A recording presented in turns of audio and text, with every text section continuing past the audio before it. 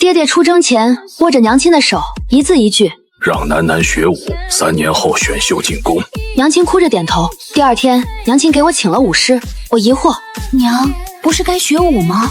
你爹说让你学武，宫里凶险，得保命。3年后，我一身腱子肉，能开2式硬功，一刀劈断碗口粗的木桩。选秀当日，主考官让展示才艺，前面的姑娘吟诗的吟诗，绘画的绘画，翩翩起舞的一个接一个。轮到我，抄起檀木桌，单手举过头顶，圣上看呆了，当场拍板：此女武艺超群，4、6品带刀侍卫。旨意一出，满座皆惊，我愣在原地。侍卫，带刀侍卫，娘亲不是说选秀是给皇上当老婆吗？怎么就成了皇上的保镖了？我抬头看皇帝，他脸上的欣赏和兴奋不似作假。我娘拉着我的手，脸上是控制不住的狂喜。楠楠，你听到了吗？圣上看中你呢，6品，一上来就是6品。你爹在军中熬了10年才到6品啊！他不懂，我也不太懂，但我知道事情好像和我预想的不一样。爹爹的计划好像出了岔子，一个天大的岔子。回府的马车上，娘亲一直拉着我的手。我就说我们楠楠是最棒的，那些扭扭捏捏的才艺，皇上早就看腻了。还是你爹有远见，让你学武。我看着娘亲，她的快乐是真的，她的骄傲也是真的。我问她：娘，爹爹真的说的是学武？娘亲用力点头。当然是你爹说的。3年前他出征前握着我的手，眼泪汪汪的。他说让楠楠学武，宫里凶险，得能保命，一个字都没错，我记得清清楚楚。我沉默了，我想起爹爹当时的神情，我好像明白了，爹爹说的是学武，跳舞的舞。娘亲听岔了，听成了学武，武术的武，一字之差，天壤之别。马车回到家门口，管家一脸喜色的迎上来：夫人小姐，大喜啊！将军回来了，刚进门。爹爹回来了，我心里咯噔一下。我和娘亲快步走进前厅，爹爹看到我们脸上露出笑容：回来了。老爷，你可算回来了！我跟你说个大喜事，咱们楠楠出息了。爹爹拍着娘亲的背，目光落在我身上。楠楠，选秀如何了？圣上可有留下牌子？留了，何止是留了，圣上当场就下了旨，封了楠楠做官。做官？后宫妃嫔如何做官？圣上说咱们楠楠武艺超群，侧位御前6品，带刀侍卫。爹爹脸上的笑容僵住了，目光从我的脸滑到我的肩膀，再到我的手。那双手因为常年练武，指节分明，布着一层薄茧。他脸上的血色一点点褪去，变得惨白。武艺超群，带刀侍卫。是啊，多亏了你当年的嘱咐，我给楠楠请了最好的武师。现在咱们楠楠能开2式的硬功呢。我让你教他学武，让他去学武。爹爹眼睛一翻，噗的一声，一口血喷了出来。他直挺挺地向后倒去，整个将军府瞬间乱成一团。爹爹病倒了，大夫说是急火攻心，需要静养。他躺在床上3天没跟我说一句话，只是每次我去看他，他都用一种复杂的眼神看我，有痛心，有失望，还有一丝恐惧。娘亲终于后知后觉地明白了什么，她不敢去见爹爹，整天在我房间里唉声叹气。都怪我听错了，这可怎么办啊？我不知道怎么办。3天后，宫里来人了，送来了我的官服和佩刀。传旨的太监告诉我，明日一早去御前侍卫处报到。我拿着刀去了爹爹的房间，他半靠在床上，脸色依旧苍白。我把刀放在他床边，爹，我要去上任了。他看了那把刀很久，终于开口了，声音嘶哑：你知道我为什么要让你学武吗？我的同僚丞相赵括，他的女儿赵婉才貌双全，是这次选秀的热门。赵括在朝中势力极大，处处与我作对。我本想让你入宫，获得圣上青睐，以此来制衡赵家，保我们叶家满门平安，这是我们唯一的路。结果你成了带刀侍卫。你知道御前侍卫统领是谁吗？是赵括的远房侄子赵四。你去了就是羊入虎口，他们会想尽办法折磨你，羞辱你，把你赶出宫，让叶家成为整个京城的笑柄。我握紧了刀柄，我不会让他们得逞。爹爹眼神里全是疲惫。宁儿，那里不是军营，不是你力气大武功高就能赢的，那里是皇宫。第2天我穿上官服，带上刀，独自一人进了宫。御前侍卫处在皇宫的西侧，一个很大的院子，有演武场，有兵器架。我走进去的时候，几十个侍卫正在操练。看到我，所有人都停下了动作，他们的目光像刀子一样扎在我身上，一个身材魁梧的男人走过来，他比我高一个头，一脸横肉，下巴上有一道疤。他上下打量我，你就是叶宁，女侍卫。我点头，我叫叶宁。哼，我是副统领孙猛，统领今天不见客，跟我来，我给你安排差事。他把我带到演武场的一角，那里立着一个侧立石锁，上面刻着200斤，是侍卫入门考核用的。孙猛指着石锁，想留在这儿得按规矩来，举起来绕场走一圈，做不到就滚回家去。周围的侍卫都围了过来，准备看好戏。我没说话，一只手抓住了石锁的把手，像拎起一个菜篮子似的提了起来。孙猛的笑容僵在脸上，所有人的嘲笑都卡在喉咙里。我拎着石锁开始绕场，一步一步走得很稳。我用行动告诉他们，我叶宁来了，而且没那么容易滚。我拎着石锁绕场走完一圈，把它放回原处，发出沉闷的响声。整个演武场鸦雀无声。孙猛的脸一阵青一阵白，有点蛮力，不代表能当好侍卫。宫里的差事靠的是脑子和眼力。你今晚当值，去冷宫。冷宫阴森偏僻，没人愿意去，这显然是故意刁难。周围的侍卫交头接耳，有人露出幸灾乐祸的表情。我什么也没说，接过腰牌。是我的反应让孙猛又是一愣，他似乎期待我反驳或者抱怨，但是我没有。孙猛一拳打在棉花上，脸色更难看了。晚上有事自己过去，别迟到。他甩手走了。一个看起来年纪不大的侍卫凑过来，叶姐，你别往心里去，孙副统领就是那样的，冷宫那边晚上邪门得很，你多加小心。谢谢。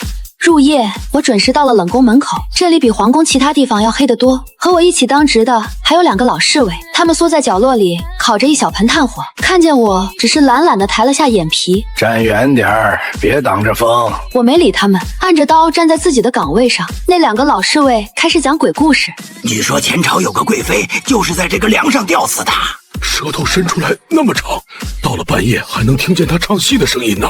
他们一边说一边瞟我，想看我害怕的表情。我没有表情，只听到有一个很轻微的声音从冷宫深处传来，突然吱呀一声，像是什么东西在抓挠木板。一个老侍卫脸色发白，听见没？另一个也紧张起来。来了！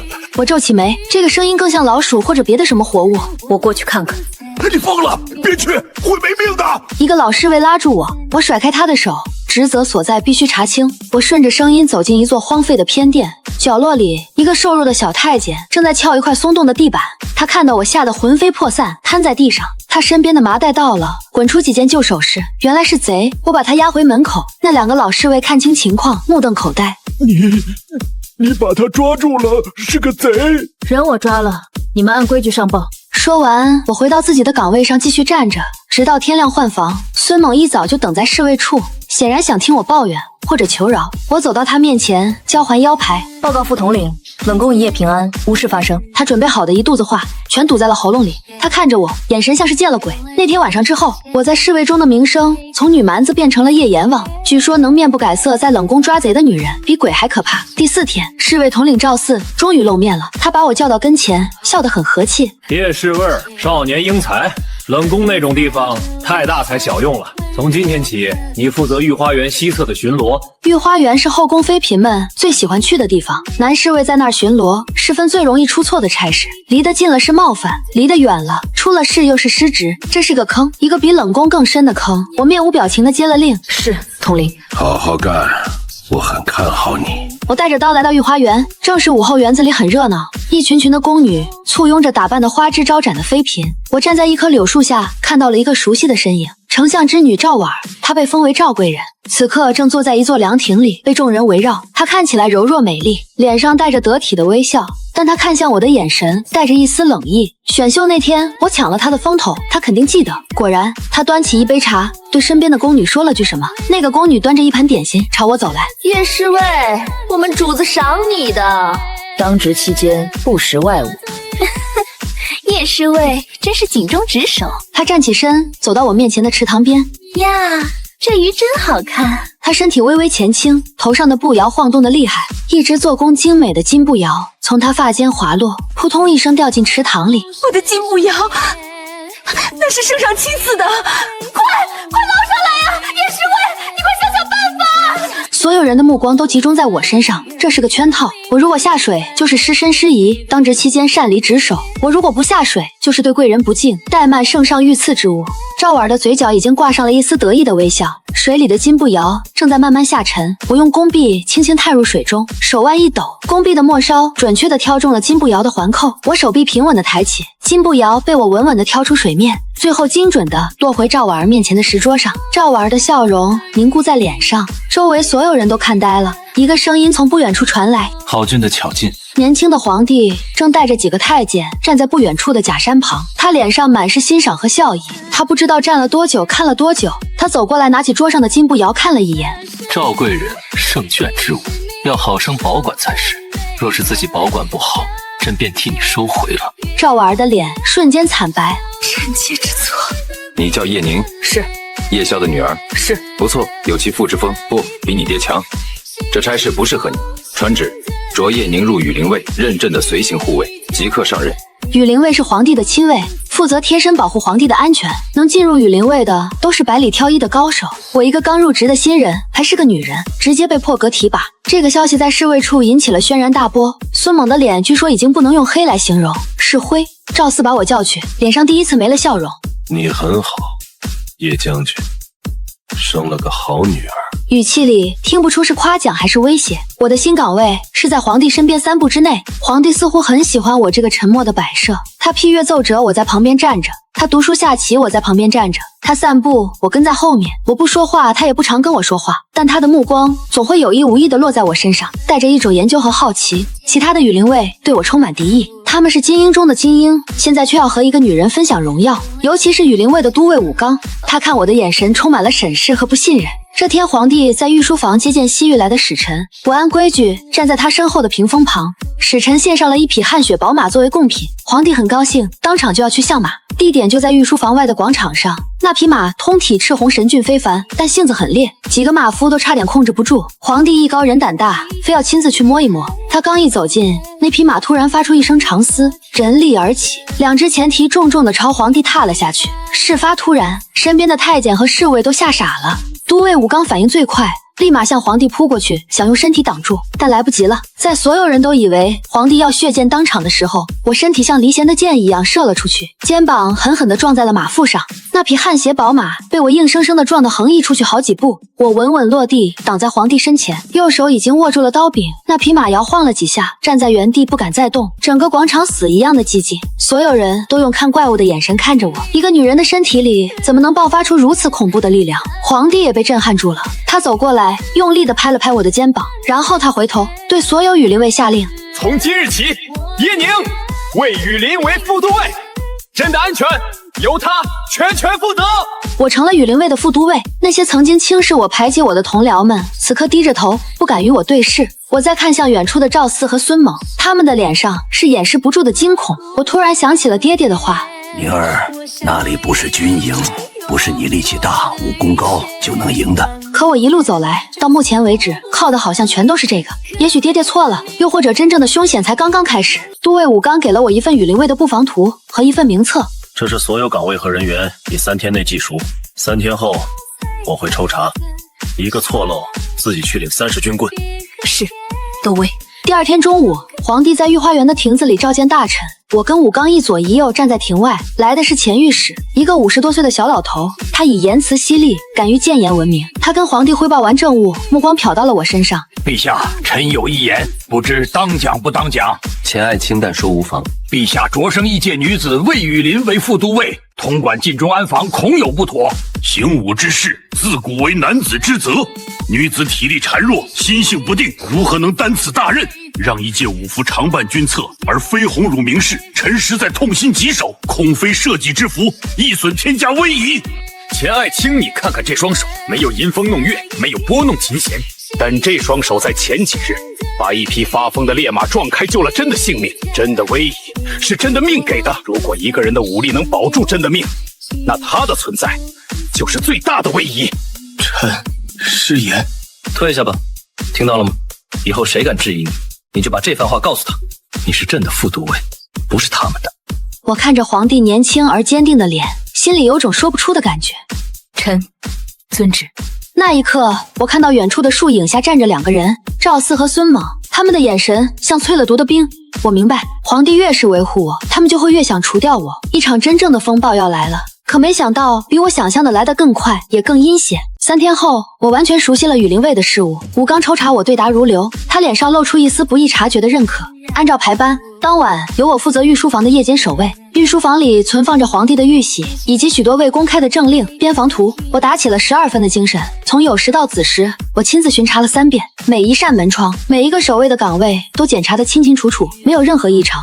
子时时，武刚前来换房，他按例进入御书房内盒检查玉玺和机要文件柜。片刻后，他脸色凝重地走了出来。跟我来。我跟着他走进内室，那个专门存放边防图的紫檀木柜子开着一道缝，上面的铜锁有被利器撬过的轻微划痕。我的心猛地一沉。武刚打开柜门，里面的图纸都在，但他从中抽出一卷展开，上面画的是北方边境的地形图，而在地图的右下角，本该盖着兵部印信的地方空空如也，印信被人用特殊药水洗掉了。虽然地图还在，但这已经构成了泄密，因为没有印信的地图可以被轻易复制送出宫外。武刚的声音冷得像冰。你当值期间可有发现异常？没有，我巡查过门窗，都完好无损。那这把锁你怎么解释？我无话可说，我检查了门窗，却忽略了柜子本身，这是我的失职。在你来之前，谁还接触过这个柜子？傍晚时，陛下的贴身太监小福子来过，说是取一份旧的奏折，还有必见的令牌，我让他进去了。他待了多久？大概1炷香。拿下。他身后2名羽林卫上前，一边一个架住了我的胳膊。我没有反抗，在事情查清之前，任何反抗都是愚蠢的。都尉，我相信不是他。一个年轻的羽林卫小声说，是之前提醒我去冷宫要小心的那个。武刚看了他一眼，我信不信不重要，证据重要。御书房失窃，当执主官是第一嫌疑人，这是规矩。我被带走了，关进了羽林卫的专属牢房，一个密不透风的石室，只有一扇小小的铁窗。我第一次感到了一种无力感，不是因为被关押，而是因为这种无声的陷阱，盗窃机密、失察之罪，无论哪一个都足以让我万劫不复。我在牢里待了1天，没有人来审问我，我一直在复盘那天晚上的每一个细节。小福子进入内室，我守在外面，能听到他翻找东西的声音。我没有进去，这是规矩，除非皇帝传召。我的注意力都在外围的门窗上，我确信没有任何人能从外面潜入，所以问题一定出在内部。第2天牢门被打开了，走进来的是武刚，他手里拿着一份卷宗，随后告诉我，赵丞相一派联名上奏，要求严惩我，以儆效尤。而失窃的边防图正是我爹叶孝负责的防区，他们怀疑我与父亲里应外合，盗取军机。我明白了，这是一个连环计，不仅要定我的罪，还要把整个叶家都拉下水，好狠毒的计策。小福子呢？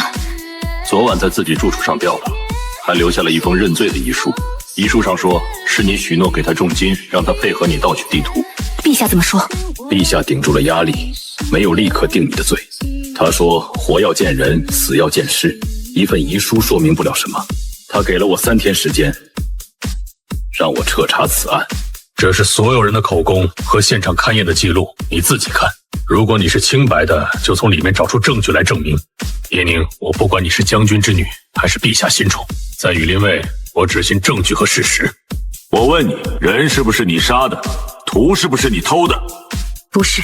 吴刚盯着我看了很久很久，然后他点点头。好。他转身离开，走到门口时突然停下。你当值时穿的是什么靴子？我愣了一下。羽林卫配发的牛皮软底靴。小福子进出时，你有没有听到他脚下有什么特别的声音？那天的御书房很安静，小福子走路的脚步声很轻。有，他走出内室的时候，我听到了一声很轻微的，像是踩到沙子的声音，很细微，但我确定有。御书房每天都打扫得一尘不染，地上不可能有沙子。武刚的眼睛亮了，他什么也没说，快步走了出去。牢门再次关上，我看着石桌上的卷宗，心里重新燃起了一丝希望。之后武刚拿着那份灰白色的粉末，直接去了太医院。他没有声张，只找了院里最资深的老院判。老院判只看了一眼，又用指尖捻了捻，放在鼻下闻了闻。这不是沙子，这是会月石的粉末。会月石是一种产自西域的罕见矿石，质地坚硬，通常用来打磨名贵的玉器，因为它在打磨时会散发一股淡淡的冷香。也有人将它磨成粉，混入香料中，制成一种名为凝神香的熏香。武刚的眼睛眯了起来。这种香，宫里谁在用？用的人不多，此香名贵且性寒，体弱之人用了反而伤身。太后娘娘的寝宫里常年点着，说是能安神。除此之外，便是赵贵人。赵丞相似乎很疼爱这位女儿，宫外的毁月石十有八九都送进了丞相府，再由赵贵人带进宫里来。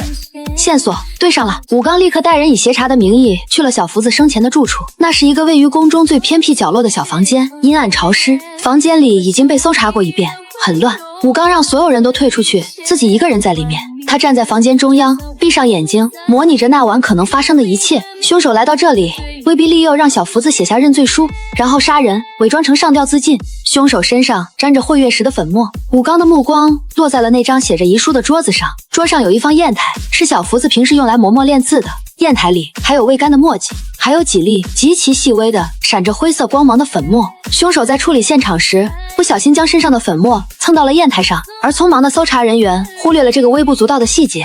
吴刚将这些粉末小心翼翼地收进一个小纸包里，这证明了赵贵人身边的人，或者说赵家的人在小福子死前来过这里。武刚拿着证据再次来到牢里，他把他的发现都告诉了我。德伟，你相信我吗？我相信雨林卫的荣誉不该被一个卑劣的阴谋玷污。我需要你帮我一起把藏在阴影里的老鼠抓出来。那我们就让他们自己跳出来。他们费尽心机就是为了让我死，可现在陛下保着我，他们没有办法。人迟迟不被定罪，他们会比我们更着急。我们什么都不用做，只需要把一件东西送到他们面前。什么东西？小福子的另一份遗书。小福子死了，死无对证，那封认罪书就成了孤证。但如果出现了第二封遗书呢？一封内容完全相反的遗书，说他被赵贵人身边的人胁迫，让他诬陷我，他自觉走投无路，只能以死明志。没用，我们没有小福子的笔记，伪造不了。我能，我爹是武将，但也写得一手好字。他从小就逼我练字，不是为了考状元，而是为了在战场上能模仿敌军将领的笔记，传递假的情报。我见过小福子的认罪书，他的笔记我已经记下了。这太冒险了，一旦被识破，就是罪加一等。富贵险中求，我们现在已经没有退路。好，你需要什么？笔、墨、纸、盐，和那封认罪书一模一样的纸，还有，我需要见一个人。当晚武刚把我需要的东西都送来了，一同来的还有那个在冷宫提醒过我的年轻侍卫，他叫小九。叶副都尉，我就知道你不是那样的人。我需要你帮我办一件事。小福子死前那几天，除了当值，都和什么人接触过，做过些什么，查得越细越好，任何不寻常的地方都要记下来。是。小九用力点头，领命而去。我则在牢房里铺开纸张，开始模仿小福子的笔记，1遍、2遍、10遍。我把自己关在那个小小的世界里，脑中只有那些字的间架结构、笔锋的走向。2天后，小九带来了一个让我意想不到的消息：小福子死前3天，去内务府的婉义局领过一大批布料，说是赵贵人宫里要换新的窗帘和桌布。但是我查了记录，赵贵人宫里那个月根本没有申领布料的记录，小福子领走的那批不知去向。布料，这和案子有什么关系？边防图、撬开的锁、熏香粉末，现在又多了一批失踪的布料。这些线索像一团乱麻在我脑子里缠绕。我闭上眼睛，强迫自己冷静下来，一件一件的拆解。小九，你还记不记得出事那天晚上，御书房的地上是不是特别干净？是，当值的太监每天都会把地拖3遍，干净的能照出人影。我知道他们是怎么做到的了，他们根本没有敲锁。没有敲锁？那柜子上的划痕是怎么回事？是事后补上去的，为了伪造一个被撬开的假象。你们想，如果你们是凶手，想要打开一个锁，最简单直接的办法是什么？啊，用钥匙。没错，用钥匙。御书房机要柜的钥匙一共有3把，一把在陛下身上，一把在都尉你这里，还有一把备用的存放在哪里？内务府的总管太监钱公公那里。小福子是内务府的人，他想从钱公公那里暂时借出钥匙，应该不难。他可以说陛下临时要取一份旧档案，但又不想惊动羽林卫，用完马上归还，神不知鬼不觉。他用钥匙打开柜子，取出地图，用药水洗掉印信，再放回去。整个过程不需要撬锁，自然也不会发出任何声音。这就是为什么我当晚什么都没听见。那布料呢？布料是用来做什么的？是用来消除痕迹的。他们知道我武功高，听觉敏锐，任何不寻常的声音都可能引起我的警觉。所以他们策划了一场无声的犯罪。小福子进入内室后，并没有立刻去开柜子，他做的第一件事是把那些布料铺在地上。厚厚的布料可以吸收掉所有的脚步声，以及万一失手掉落东西的声音。他完成所有操作后，再把布料连同作案时可能沾染上的任何痕迹一起卷起来带走。这样一来，现场就变得干干净净，而那些毁约时粉末很可能不是从凶手身上掉落的，而是他们故意留在小福子房间的，为的就是在我们查到熏香这条线索时，把我们的注意力引向赵贵人，而不是这起案件本身的手法。他们把每一步都算到了。是啊，他们算到了一切，唯独算错了一件事。他们没想到一个低贱的小太监，在临死前也会有一丝不甘和怨恨。副都尉，我还查到小福子有个对食的宫女叫小红，小福子死后她就病了，被赶到了湾一局做粗活。我找到她时，她快病死了。她说小福子死前一晚交给她一个油布包，让她好好收着，说这是她将来的出身之本。小九从怀里拿出一个油布包，我打开它，里面不是金银珠宝，而是一本薄薄的账册，上面用蝇头小楷密密麻麻地记录着一些东西。第一页就让我瞳孔一缩。6月7日，请许约来宣字画一幅，赏银10两。6月12日，与奉赵四爷命，访内务府总管守御，调小福子至御书房当值。赵四爷，赵四，赵括的侄子。原来幕后的黑手从一开始就藏在我身边。这本账册详细记录了赵四如何一步步收买、控制宫中太监为他办事，侵吞宫中财物，甚至卖官黢爵。小福子只是他庞大网络中的一个小角色。他留下的这本账册本想作为将来邀功或者自保的资本，却成了我翻盘的最后一张，也是最关键的一张王牌。我将那封伪造的指控赵贵人的遗书付之一炬，然后我写下了我的名字，按下了我的手印，不是在一封伪造的信上，而是在一份状告羽林卫统领赵四结党营私，谋害忠良，意图动摇国本的正式的诉状上。我把它交给武刚。好戏该开场了。我的诉状通过武刚的手，直接递到了皇帝面前。深夜里，皇帝在御书房独自一人看完了那本账册和我写的诉状。据说他沉默了很久，然后他捏碎了手里的茶杯。第二天，一道圣旨震动了整个皇宫。羽林为父都尉叶宁失察之罪，证据确凿，然念其护驾有功，免去死罪，革职查办，打入天牢，秋后问斩。消息传开，几家欢喜几家愁。赵贵人在他的宫里赏赐了所有下人。侍卫统领赵四在演武场上当着所有人的面意气风发地教训新来的侍卫，说要引以为戒。我爹爹的府上一片愁云惨淡，娘亲直接哭晕了过去。爹爹一夜之间白了半边头发，他动用了所有关系四处求情，却都石沉大海。丞相府的势力如日中天，无人敢惹。我被从羽林卫的牢房里押了出来，在众目睽睽之下，戴着手铐脚镣被押往天牢。一路上，我看到了许多幸灾乐祸的眼神。孙猛站在人群里，脸上是毫不掩饰的得意。赵四也来了，他站在远处，用一种胜利者的姿态冷冷地看着我。我低着头，步履蹒跚，扮演好一个阶下囚的角色。没有人知道，在进入天牢那扇沉重大门的前一刻，压着我的人悄悄在我手心塞了一把钥匙。天牢是天下最坚固的牢笼，但它也有后门。我没有被带到关押死囚的区域，而是被带到了一个废弃的审讯室。武刚已经在里面等我。演得不错。我解开手铐脚镣，活动了一下手腕。他们信了吗？赵四已经开始庆祝了，他今晚在京郊的别院设宴，款待他网络里的几个核心人物。他以为你死定了，叶家到了这天下就是他们赵家的了。陛下怎么说？陛下说朕的刀借给你用一晚，别让朕失望。他们不仅设宴，今晚还要做一笔大买卖。那份被动过手脚的边防图，他们联系了北狄的探子，准备用它换一大笔金子。交易的地点就在那座别院。我明白了，人赃并获，这才是皇帝想要的最终结果，不是扳倒一个赵四，而是将这整张叛国的网络连根拔起。有多少人？羽林卫里，我挑了50个最可靠的兄弟，已经埋伏在别院周围。我负责外围包抄，截断所有退路。你负责从正门杀进去。这是陛下的随身金牌，如朕亲临。今晚你不是阶下邱业宁，你是代天巡狩，执掌生杀大权的钦察。我接过金牌，揣进怀里。窗外月黑风高，我跟在武刚身后，从天牢的密道离开。今夜注定是个不眠之夜。京郊别院灯火通明，院子里觥筹交错，笑语喧哗。赵四坐在主位，满面红光。各位，再过不久，我们就要恭贺丞相大人更上一层楼了。全靠四爷运筹。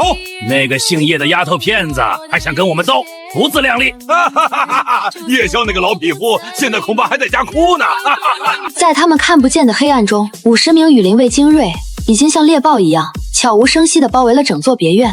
武刚站在一棵大树上，手持弓箭，像一尊雕塑。他的目光锁定着院内的每一个人，而我独自一人站在别院朱红色的正门前。我没有隐藏身形，就那么站着，按着我的刀。2个守门的护院发现了我，提着灯笼走过来。什么人？滚远点！知道这里是什么地方吗？月光照在我的脸上，一片清冷。那2个护院看清了我的脸，瞬间吓得魂飞魄散。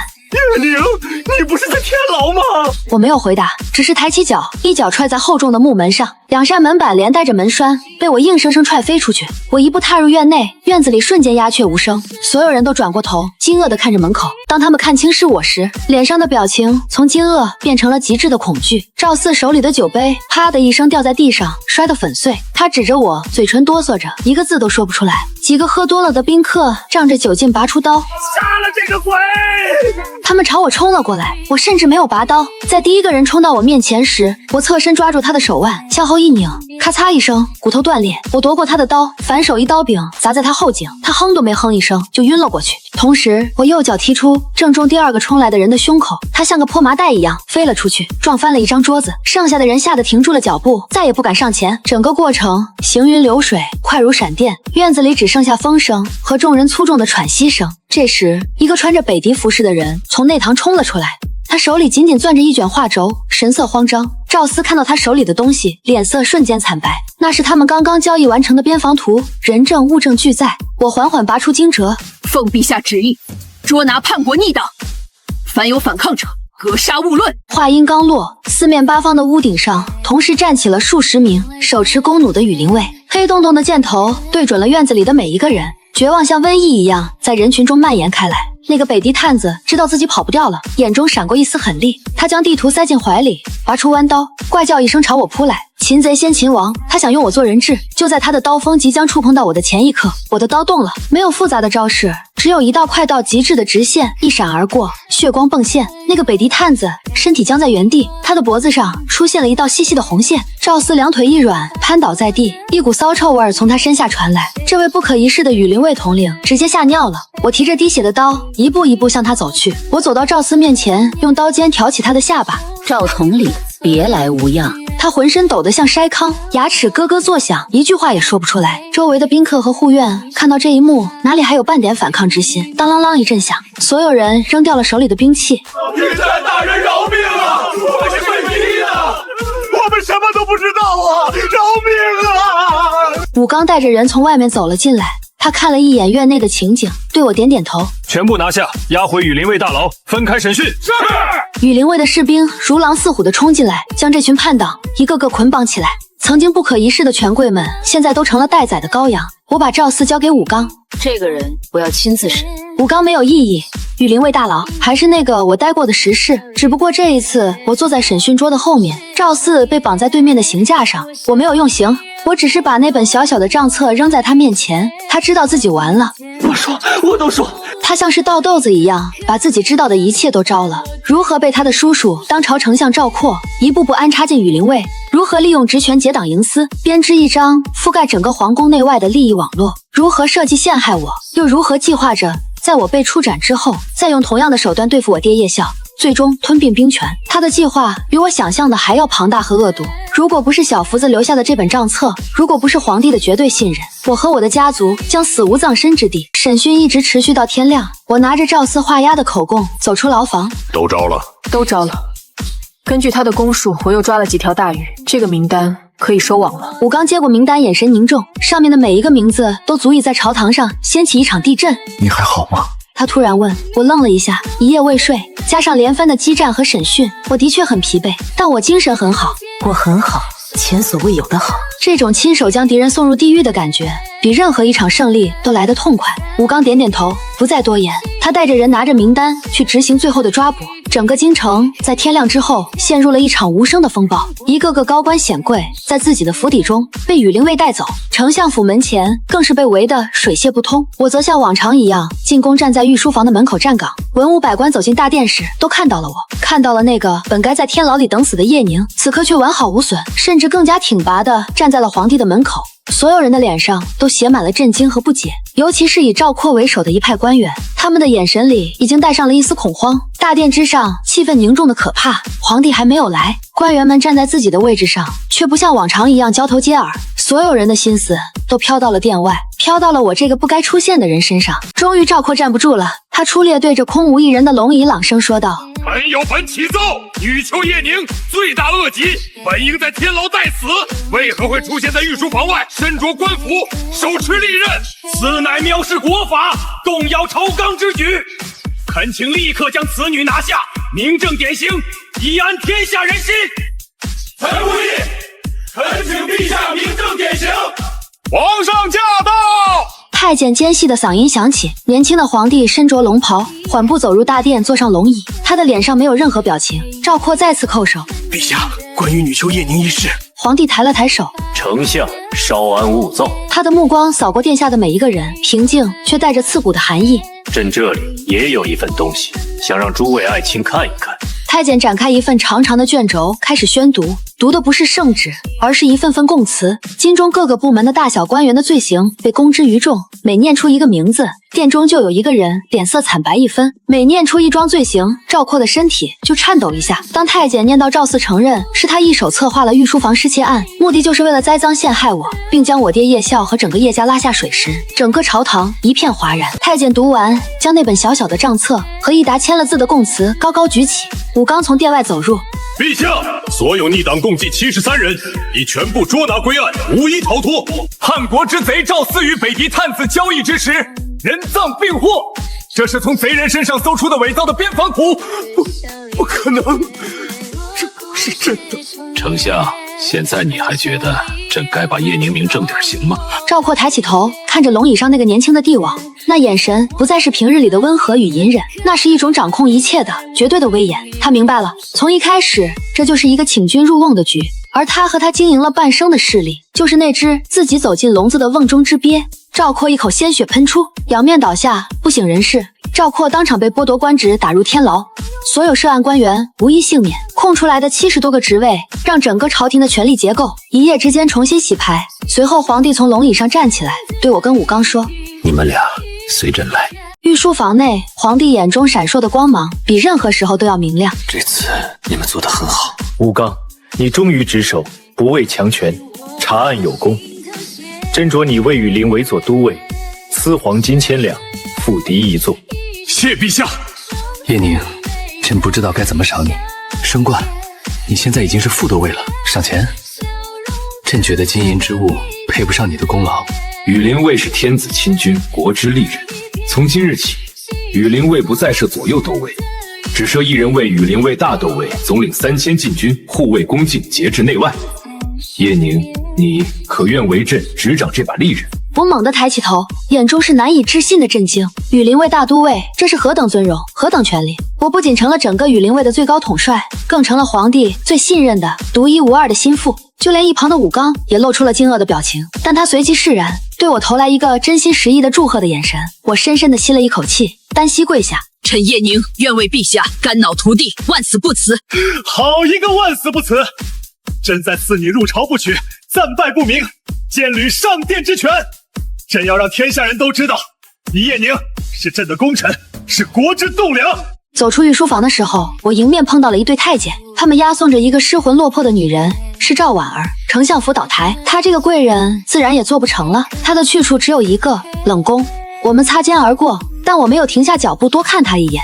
我走出了宫门，阳光照在我的身上很暖，我翻身上马，朝着家的方向疾驰而去。我回到将军府的时候，整个府邸都静悄悄的，一种暴风雨过后的宁静。管家看到我，眼泪一下子就涌了出来。小姐，您回来了。府里的下人们看到我都露出了劫后余生的喜悦。我快步走进前厅，娘亲正坐在椅子上，手里拿着一块手帕，不停地擦着眼睛。爹爹站在她旁边，背着手来回踱步。听到脚步声，他们同时回头，看到我，娘亲哇的一声就哭了出来。我的男人，我的心肝，你吓死娘了！娘，我没事，我回来了。回来就好，回来就好。你先带宁儿去梳洗一下，换身衣服，我去让厨房准备饭菜。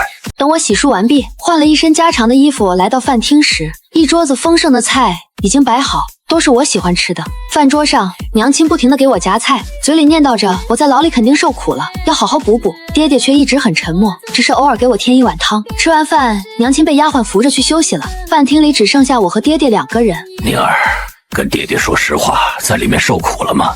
没有，我把天牢里发生的一切都轻描淡写地告诉了他。等我说完，他端起茶杯喝了一口，却久久没有放下。我错了，爹爹筹谋了半辈子，自以为算无一策。我让你学武，是想让你在后宫里用女人的方式去博取恩宠，去参与争斗。我以为那是保全我们叶家的唯一出路。可我没想到，这个时代变了，皇上也变了。他需要的不是一个能在后宫翻云覆雨的妃子，而是一把能为他斩断荆棘的刀。而你，宁儿，你娘阴差阳错让你学的武，正好把你打造成了这把最锋利的刀，是我坐井观天了。这是我爹第一次如此郑重地向我承认他的错误。他不是在否定他的爱，而是在反思他的方式。我的鼻子突然有点酸。爹，您没有错，您做的所有事都是为了这个家。是啊，都是为了这个家。他站起身走到我身边，像我小时候一样拍了拍我的头。从今天起，这个家也要靠你来守护了。大都尉比我这个老将军可威风多了。他的语气里带着一丝调侃，但更多的是发自内心的无与伦比的骄傲。我看着爹爹的笑脸，心中的最后一点阴霾也烟消云散。外面天已经黑了，但将军府里灯火通明，温暖如春。我在羽林卫大都尉的位置上坐了3天，府里的贺礼堆得像小山一样。爹爹和娘亲整天乐呵呵地接待客人，脸上的笑容比过年还灿烂，而我却比在天牢里还忙。羽林卫不是一个人的军队，它是一个复杂的由3000人组成的机器。赵四的倒台让这台机器的许多零件都生了锈，甚至坏死了。我做的第一件事就是换零件。我把武刚提拔为唯一的副都尉，让他全权负责羽林卫的日常训练和纪律。他是个纯粹的军人，治军严明，无人不服。然后我把小九从普通卫士里提拔出来，做了我的亲随校尉。他心思缜密，为人忠诚，是我安插在基层的眼睛和耳朵。我还破格提拔了10几个在上次行动中表现出色的底层士兵，让他们担任各级队长。我不管他们的出身，不管他们以前跟谁，我只看能力，看忠心。我的这些举动在羽林卫内部引起了巨大的震动。那些靠着关系和资历混日子的老人感到了前所未有的危机，而那些有能力却被埋没的年轻人则看到了希望。3天之内，整个羽林卫的风气焕然一新。第4天，皇帝突然召见我，说要考效我的武艺。在御花园的空地上，他手里拿着一杆木枪。来，叶大都尉，让朕看看真的这把刀到底有多快。我只好也拿起一杆木枪，我们俩对峙着。皇帝的枪法其实相当不错，一招一式都有章法，显然是下过苦功的。但我看得出来，他太久没有和真正的高手对练了，陪他练的侍卫都下意识地让着他，我没有让。在第5个回合，我抓住他一个微小的破绽，枪尖一抖，轻轻点在了他的手腕上。皇帝的木枪脱手飞出，他愣在原地，看着自己空空如也的手，又看看我。周围的太监和宫女吓得脸都白了。我以为他会生气，但他没有，他反而哈哈大笑起来。好，这才是朕想要的。他走过来，拿起我的手，看着我因为常年握刀而布满跛茧的虎口。朕以前的那些侍卫跟朕过招，就像在唱戏，处处都怕伤了朕。只有你是把朕当成一个真正的对手。他的手指在我手上的茧子上轻轻摩挲，那眼神有些奇怪，不再是君主对臣子的审视，而是一种更私人的，带着一丝探究和好奇的目光。我有些不自在，下意识的想把手抽回来，他似乎察觉到了，松开了手。叶宁，你做得很好，朕听说了你在羽林卫的改革，做得很好。朕把羽林卫交给你，不是让你守着，而是让你把它变成一把真正无坚不摧的利刃。从那天起，皇帝召见我的次数越来越多，有时候是考校武艺，有时候是议论军务。他会拿出边境的军报问我的看法，甚至有一次他深夜批阅奏折，觉得烦闷，也要把我叫过去，什么都不说，就让我在旁边陪着站着。宫里开始有了些流言蜚语，说我恃宠而骄，说皇帝对我这个武将太过亲近。这些话我只当是耳旁风，我只知道我是羽林卫大都尉，我的职责是护卫皇帝，护卫这座皇宫，其他的我不想也不懂。直到北境的蛮族派了使团前来朝贡，为首的是蛮族可汗的亲弟弟博尔术王子，那是个像铁塔一样雄壮的男人，性格粗野，目中无人。在接风的国宴上，他喝多了几杯酒，就开始口出狂言。我们北境的勇士生下来就会骑马射箭，一个能打你们大周人10个。我看你们的将军一个个都白白胖胖的，哪有半点知人的样子？朝堂上的武将们被他气得脸色铁青，却又不好发作，毕竟两国交邦他是客。博尔术见没人反驳，更加得意。他站起来，对着皇帝行了一个敷衍的礼。大周皇帝，听说你的宫里美女如云，不如你送我100个美女，再把那个叫什么叶宁的女将军也送给我当小妾，我就承认你是我博尔术可以平等对话的朋友。博尔术王子，你是在跟朕开玩笑吗？玩笑？我博尔术从不开玩笑。你们大周人不就是喜欢用女人来换和平吗？一个女将军有什么了不起？到了我们北境，一样要乖乖给我听话。蛮夷小丑，竟敢在陛下面前口出狂言！老头，你又是谁？想跟我打一架吗？陛下，臣羽林卫大都尉叶宁，请战。哦，你就是叶宁，身板倒是不错，比那些弱不禁风的女人强多了。你想怎么个战法？在床上吗？他再次发出污秽的哄笑，我没有理他，我只是看着皇帝。皇帝的目光是一种绝对的信任。他缓缓开口：准博尔术王子，朕的这位叶将军想要领教一下北境第一勇士的高招，你可敢应战？有何不敢？今天我就让你们看看，女人就该待在女人的地方。大殿中央迅速清出了一片空地，博尔术从手下那里接过一柄巨大的铁锤，那锤子少说也有100多斤。小美人，我怕一不小心把你砸成肉泥呀！我从旁边的兵器架上随意抽了一把最普通的制式长刀，我走到场中与他对峙。你可以出手了。找死！博尔术怒吼一声，抡起铁锤，携着千钧之势，当头向我砸来。那股恶风吹得我的头发向后飞扬，大殿里的女眷们发出了阵阵惊呼，许多大臣都吓得闭上了眼睛。我没有躲，就在铁锤即将落下的那一瞬间，我身体微微一侧，让过了锤头，同时我用刀背精准地磕在了博尔术握着锤柄的手腕上。博尔术只觉得手腕一麻，像是被毒蛇狠狠地咬了一口，那柄铁锤被我这一下巧劲儿磕得脱手飞出，铁锤在空中翻滚着，落向旁边观战的人群。武刚像鬼魅一样闪出，单手稳稳地接住了那柄铁锤。在磕飞铁锤的同时，我欺身而上，左手已经扣住了博尔术的另一只手腕。他想挣脱，却发现我的手像一把铁钳，纹丝不动。然后我右脚向前一步，卡住他的下盘，肩膀沉入他的怀中，一个干净利落的过肩摔。博尔术那座铁塔一样的身体划过一道抛物线，重重地摔在我身后的地板上，坚硬的青石地板被他砸得裂开几道缝隙。整个过程发生在电光石火之间，快到所有人都没反应过来。等他们看清时，战斗已经结束了。博尔术躺在地上，像一头被摔懵了的巨熊，半天爬不起来。然后我走到他面前，居高临下的看着他。现在你还觉得我该去你的帐篷里吗？博尔术的脸上充满难以置信的恐惧，他挣扎着从地上爬起来，后退了2步，对着我单膝跪下，右手抚胸。我博尔术输了，你是真正的勇士。大殿里先是一片寂静，随即爆发出雷鸣般的喝彩声。爹爹和朝中的武将们一个个激动的满脸通红，用力的拍着手。文官们也露出了释然和敬佩的神情。我没有理会这些，我的目光越过人群，望向了龙椅。皇帝站着，他没有笑，也没有喝彩，他只是那么静静地看着我，那眼神炙热的像要将我融化。国宴在一种奇异而热烈的气氛中结束了。博尔术和他的使团第2天就离开了京城。据说他回去后逢人便说，大周最强的勇士不是那些膀大腰圆的将军，而是一位比月光还要清冷美丽的女大都尉。那天晚上宴会散去后，皇帝单独留下了我，在御花园，还是那个我们曾经对练过的亭子里。夜很深了，工人们都退得远远的，只有我和他。他给我倒了一杯茶。今天解气吗？解气。朕也解气，朕从登基以来从没有这么解气过。叶宁，你想要什么赏赐？击退强敌，为国争光，这是天大的功劳。陛下已经赏过臣很多了，臣没有什么想要的。不，朕给你的都是你该得的，但朕现在想给你一点你不该得的。我愣住了，不明白他的意思。他站起身走到我面前，月光勾勒出他挺拔的身影。叶宁，朕的羽林为大都尉，朕的江山需要你来守护。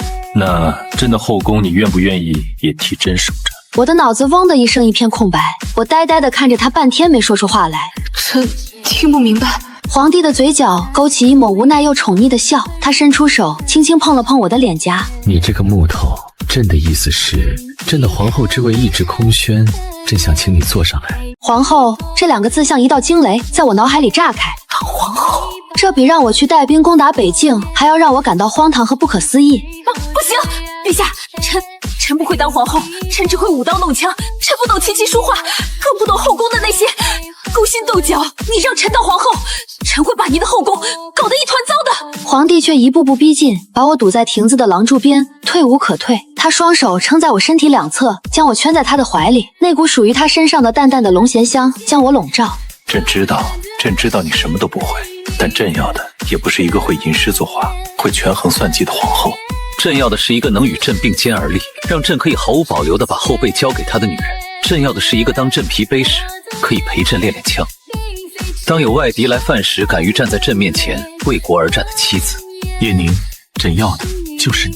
我的心从未跳得如此之快，像要从胸膛里蹦出来。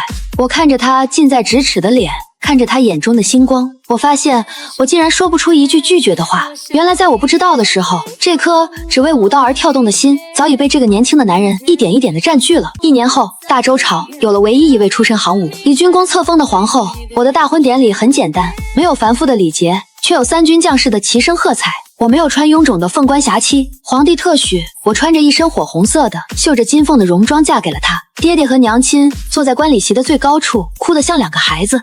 你看，我就说吧，听我的没错。要是当初学了武，楠楠顶多也就是个贵人，可学了武，她现在是皇后。爹爹看着我和站在我身边满眼都是我的皇帝，终于露出了一个彻底释然的欣慰的笑容。他点了点头，握住娘亲的手。是夫人，你说的都对。